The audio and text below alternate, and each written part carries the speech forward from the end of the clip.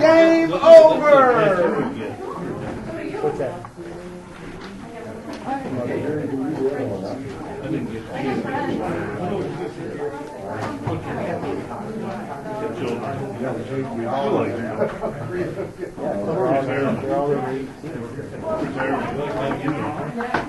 But I'm still working.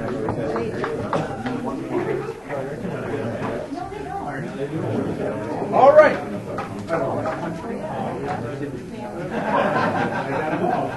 So as you were going around the room, were there any delights or surprises? Were there things that you either saw and you were like, oh, I should have added that. Why didn't I think of that? Or were there things that you were like, oh, I didn't know this about that person? Were there any delights or surprises? Yeah. What was one of yours?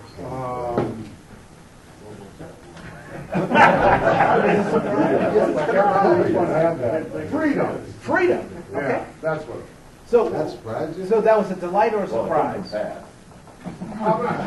a good thing to have in your life. So, and I didn't put that on mine. Okay, so you were like, yeah, I could have put that down, right? Yes. Faith.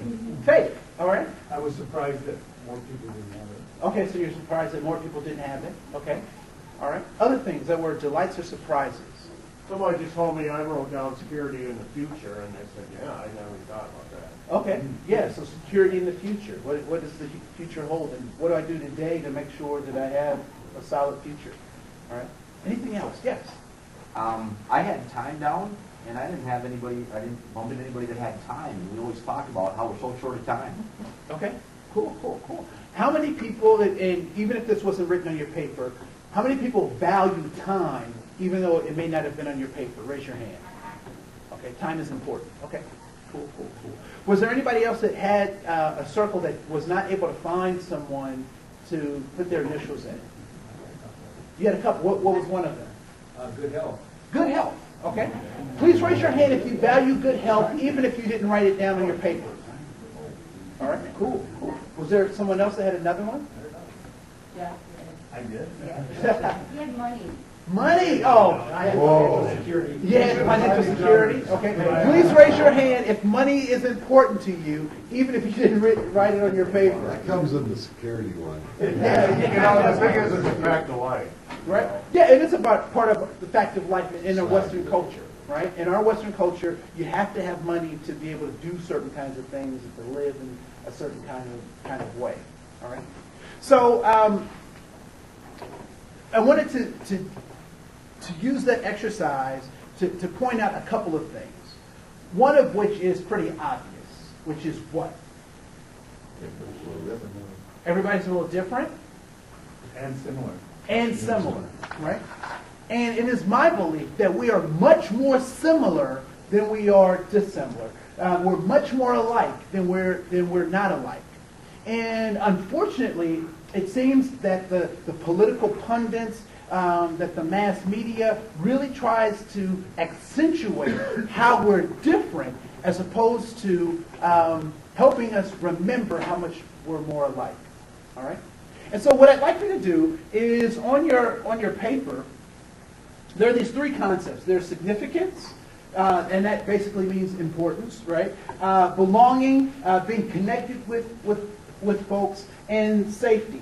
And what I'd like for you to do on your 5 circles, I want you to identify by putting an SI next to things that give you significance or point out your importance or your stature on your paper, right? So put an SI next to that. Things that are related to belonging or connectedness with other people, I want you to put a B. And then I want you to put an S next to the things that provide you safety out of those things on your paper. And I mean both financial safety and security, as well as emotional safety and security, and as well as physical safety and security. All right? Significance, belonging, and safety.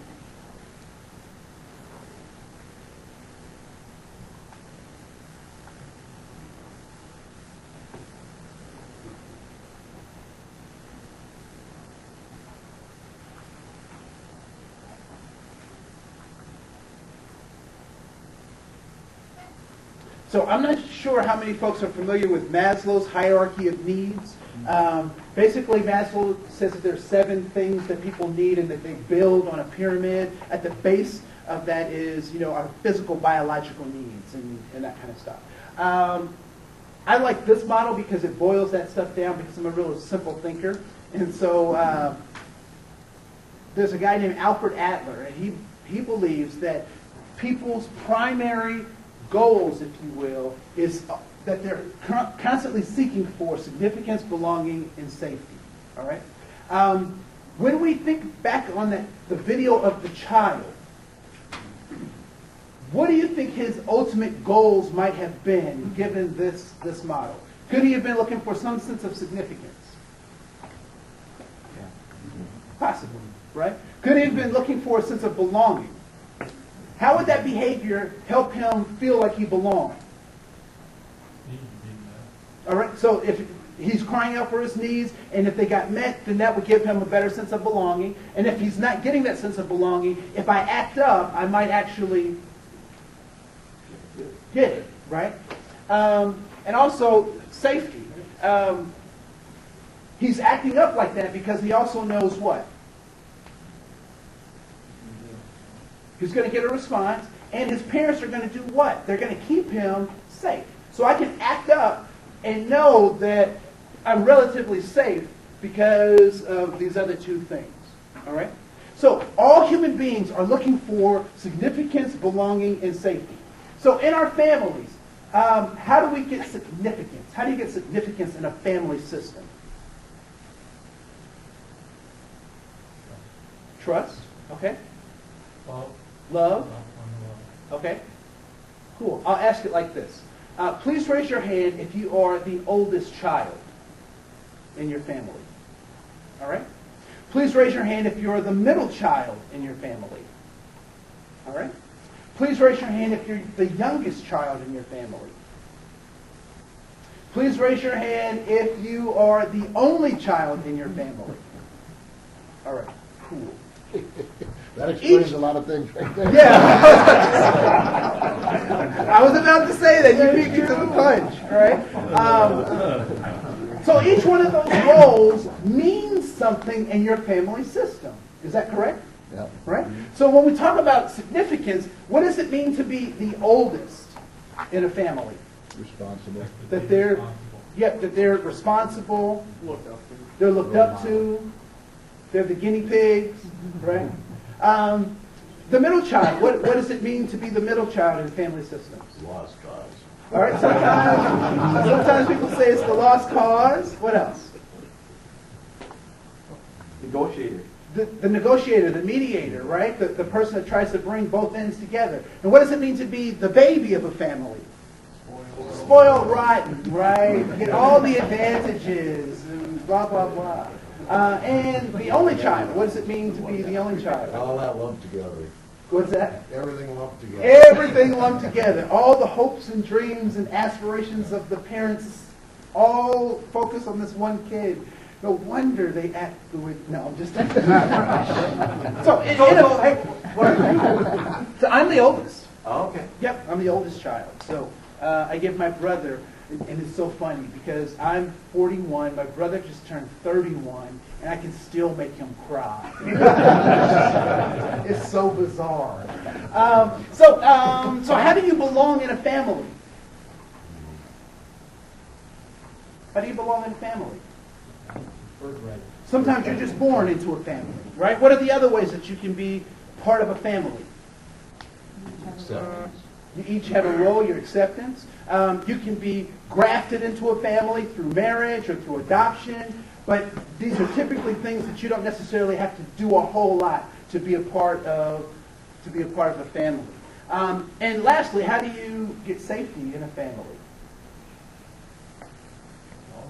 Love, right? Love, connections, following the rules, and all that kind of stuff. But even if you don't do those things, you're still a part of the what? The family, right? So I have, so my Uncle Tony spends a lot of time at camp. Camp Stillwater, And although I would like to separate myself from my Uncle Tony, he is still my what? He's still my uncle, right? And so no matter what he does, I'm still connected with him. And this is a great model. However, sometimes we try to use this model at work, and it doesn't work so well, right? Because at work, have you ever heard a manager or someone say, well, we're a family. Let's be a family. Have you heard someone say that before? Yeah. Typically, what are they trying to say? Let's work together. Let's work together is what they're trying to say, right? But if we look at what it means to be a family in a real family